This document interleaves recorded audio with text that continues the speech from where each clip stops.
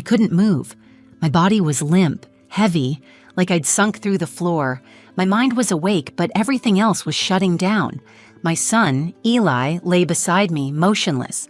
I could barely make out his face in my blurred vision, but I knew he was still breathing, and then I heard it. My husband, Jared, standing just a few feet away, whispered something so cold it sent a deeper chill through my bones than anything I'd ever felt. It's done. They'll both be gone soon. Gone. I wasn't supposed to hear that. I wasn't supposed to be alive to hear that.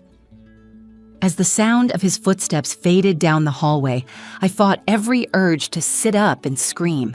Instead, I leaned close to Eli's ear and whispered, "Don't move yet." I don't know how I stayed calm in that moment.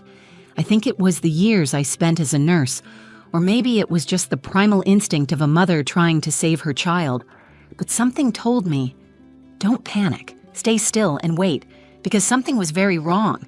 Let me take you back just a few hours before that moment, the last time things felt somewhat normal, if you could call our life normal anymore. I'm Naomi.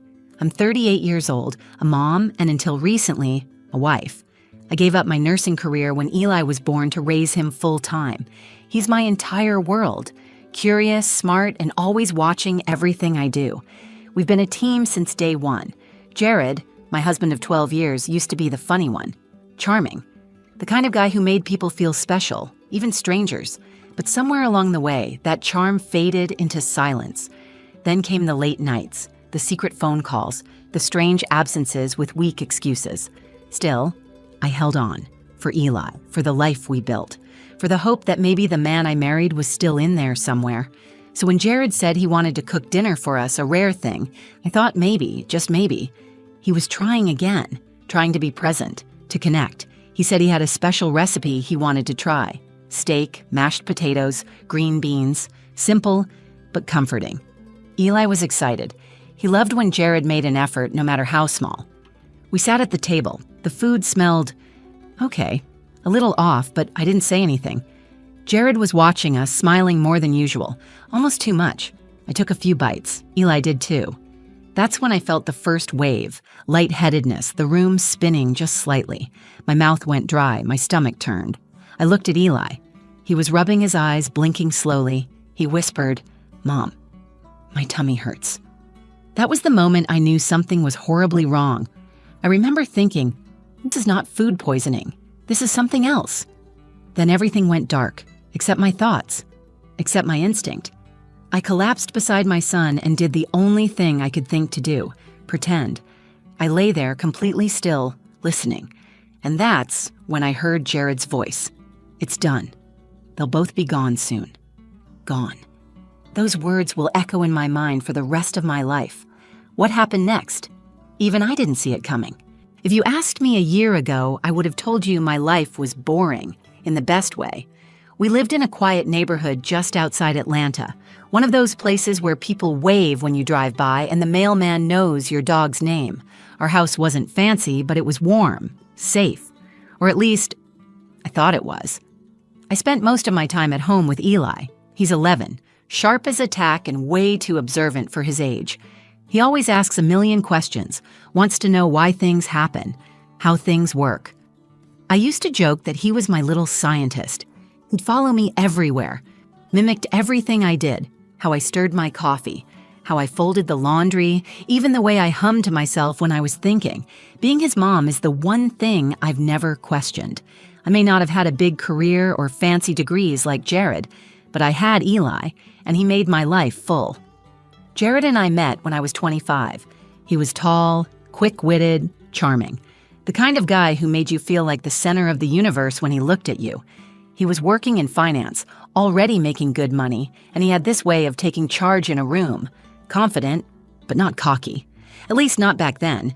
We got married within a year. And at first, he really was amazing. The kind of husband everyone said I was lucky to have. He surprised me with flowers, wrote notes on sticky pads, made playlists for long drives. When Eli was born, he cried harder than I did.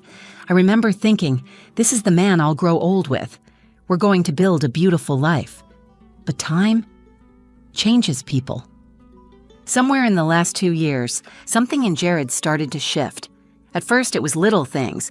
He stopped joining us for family movie nights. He stopped laughing at Eli's jokes. He stopped kissing me on the forehead before leaving for work.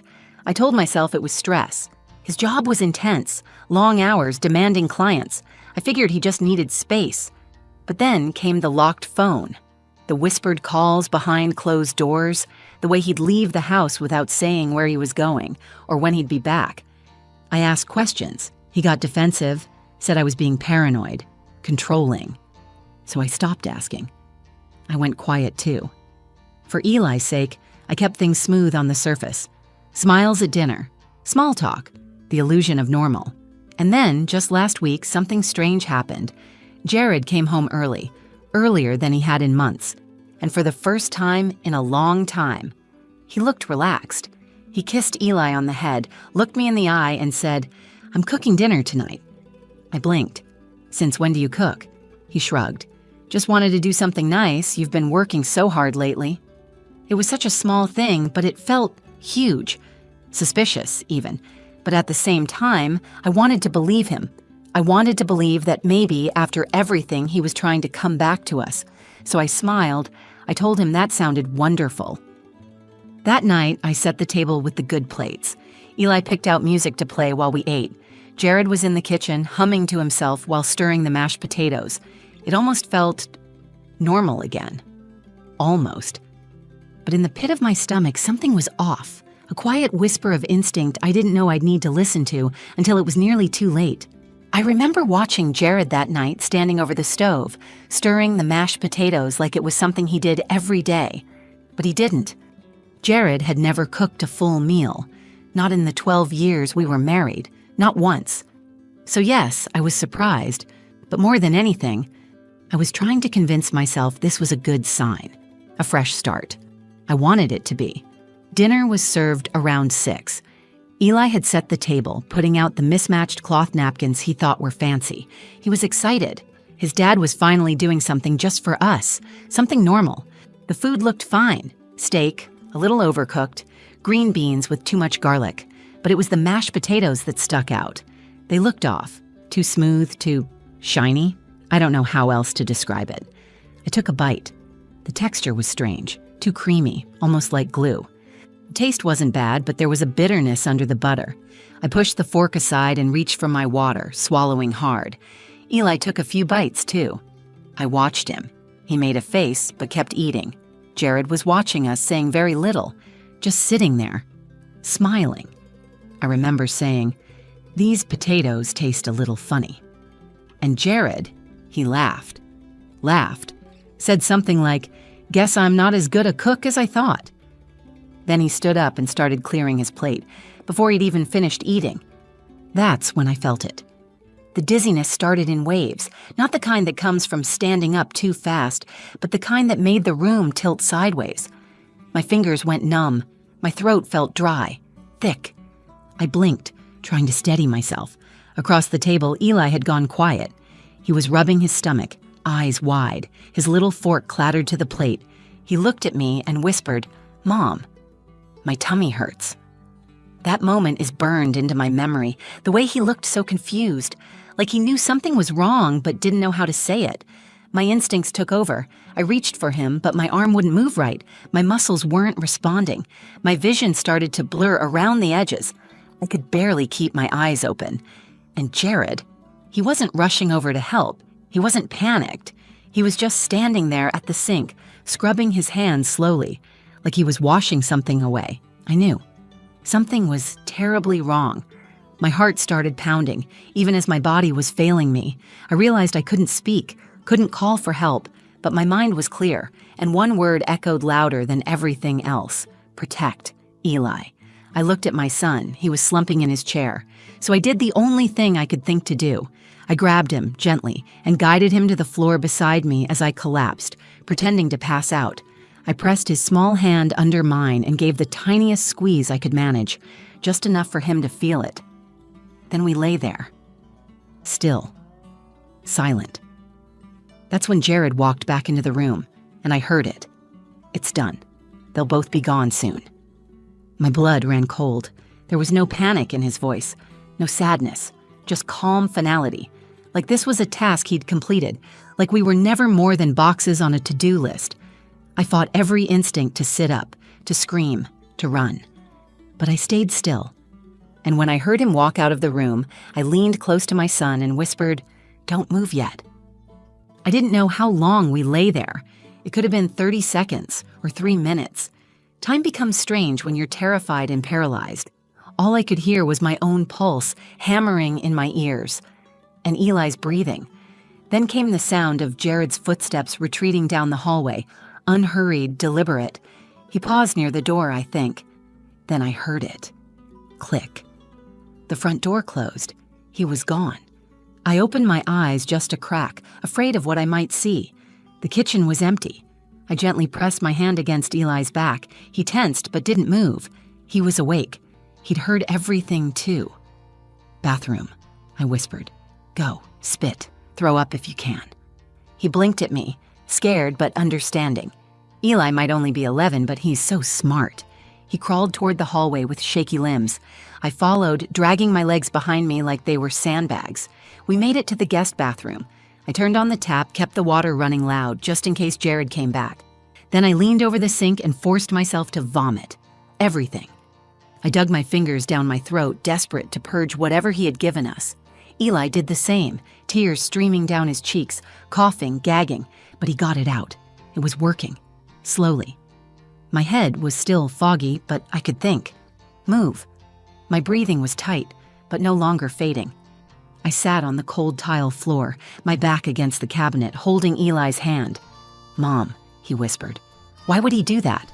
I couldn't answer. Not yet. We had to get out. I tried to call 911, but my phone was dead. Not low battery. Dead. No response, no restart screen. It had been working that morning. I checked the wall phone. Line dead. That's when I realized Jared had planned this, thoroughly.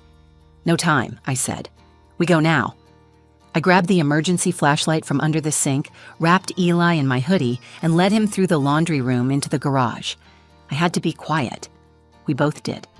I didn't know if Jared had really left or if he was watching from the car or hiding outside. I opened the garage door manually. It groaned loud enough to make my heart stop. I peeked out. No car in the driveway, no one on the street, just the empty hush of evening. "Go," I whispered, "to Ms. Laverne's. Now." Eli ran barefoot across the lawn toward our neighbor's house. Ms. Laverne had lived there for 20 years. She was in her 70s, tough as nails, and always home. I hobbled after him, my legs still jelly, my vision swimming. By the time I reached the door, Eli was pounding on it.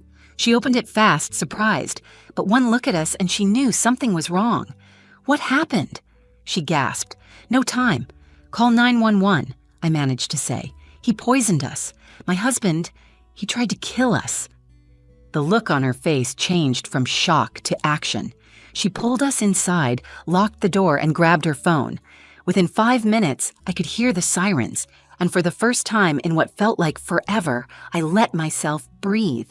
We were still alive, but this was far from over. The ambulance lights flashed against the walls like red lightning as the paramedics rushed us out of Ms. Laverne's house.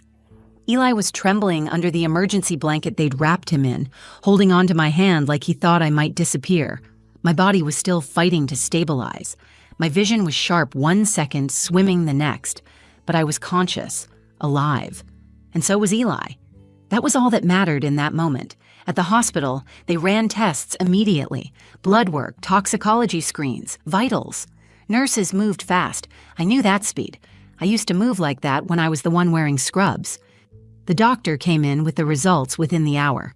"It was a sedative," he said, "crushed and mixed into the food. Probably benzodiazepine, very high dosage. You were lucky you vomited it out when you did." Lucky. That's what they all kept saying. But this wasn't luck. It was deliberate. And not just what he did, but what I did. The whisper to Eli, the bathroom, the escape. That was instinct. That was survival. When the officer arrived to take my statement, I told him everything, word for word, step by step. Then I asked, "Did they find him?" The officer's jaw tightened. "He's not at the house. The car's gone. We've issued a statewide alert." I felt my stomach drop again, not from poison this time, but from the sickening possibility that he could get away with this, that he might disappear and leave us always looking over our shoulders. But then, less than 48 hours later, they caught him at the airport, trying to board a flight to Belize with a fake passport and a second phone. He hadn't just poisoned us and run. He had planned this for weeks, maybe longer, and it wasn't until my sister Alina flew in that the final puzzle piece slid into place. We were sitting in the hospital room, Eli finally asleep in the bed next to me. Alina leaned forward with this look on her face, part disbelief, part heartbreak. "I didn't want to say anything," she whispered. "But Naomi, Jared's been cheating. I've known for 2 months." I just stared at her. She went on. "I saw him with a woman, young, maybe 25. They were at that restaurant by Midtown. He kissed her. I followed them. They went back to a condo. I didn't tell you because I wasn't sure what to do. I thought maybe he was just having a crisis." A crisis?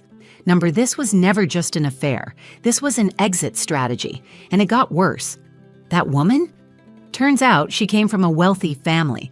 Her father had passed away recently. She was set to inherit a sizable fortune, but only if she married someone with no children and no prior debts.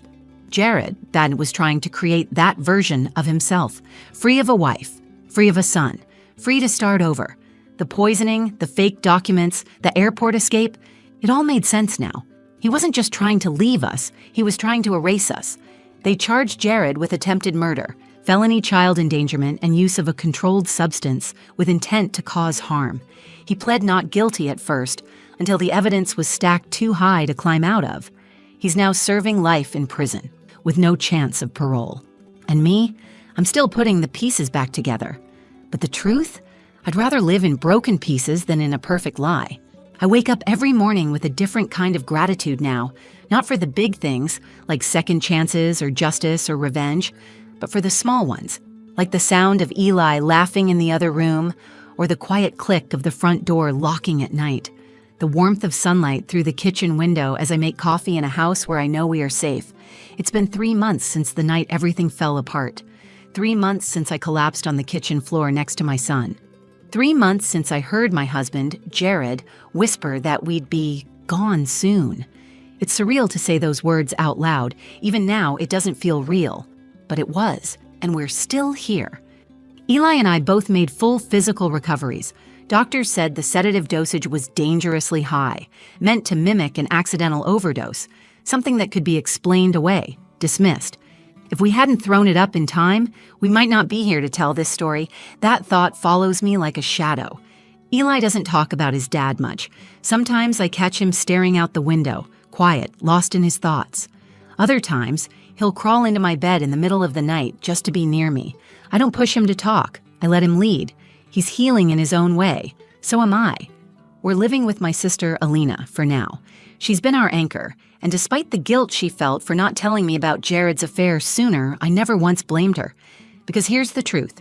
We all miss things we don't want to see. I didn't want to believe Jared was capable of hurting us.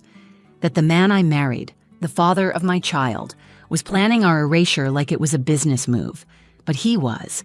The motive was as cold as the act. Money, image, a future that didn't include us. He pled guilty in the end. There was too much evidence to fight. The poisoning, the fake ID, the plane ticket, the bank transfers. He's now serving life without parole. And while I can't say I found peace yet, I found something more important: clarity. People always ask me what I learned from this, what I'd say to other women or anyone in a situation like mine. So here it is. Listen to your instincts. Even when they whisper, even when they don't come with proof. We're taught to be polite, to give people the benefit of the doubt. But sometimes, doubt is the benefit. When your body tells you something is wrong, believe it. When your gut clenches without explanation, pay attention. When you feel the air shift in a room, the mood darken, the silence stretch, that's your warning. I ignored it for too long. I let fear of confrontation be louder than fear of danger. Never again. The night Jared tried to poison us, my survival didn't come from strength. It didn't come from training. It came from stillness, from listening, from not moving until the time was right, That small, quiet decision saved my life, and it saved my son. Now every day is a new chance to protect him the way I couldn't before, not just from harm, but from silence, from doubt, from believing that love means ignoring your own voice, because real love, the kind that lasts, never puts you in danger. It never makes you question your worth, and it never ever comes with poison. If you've made it this far, thank you for listening. This story wasn't easy to tell, but I hope it reaches someone who needs it, someone who's ignoring their gut, someone who's afraid to open their eyes, someone who just needed a reminder, you are not crazy, you are not alone, and your voice matters. If this story resonated with you, drop a comment below. Whether it's your thoughts, your own experience, or just a message of support, it helps more than you know. And if you think someone needs to hear this, please share the video. You never know who it might save. Like the video if you found it powerful. And don't forget to subscribe to the channel for more real stories, raw truths, and reminders that survival is strength. Until next time, stay safe, stay sharp, and never stop listening to your instincts.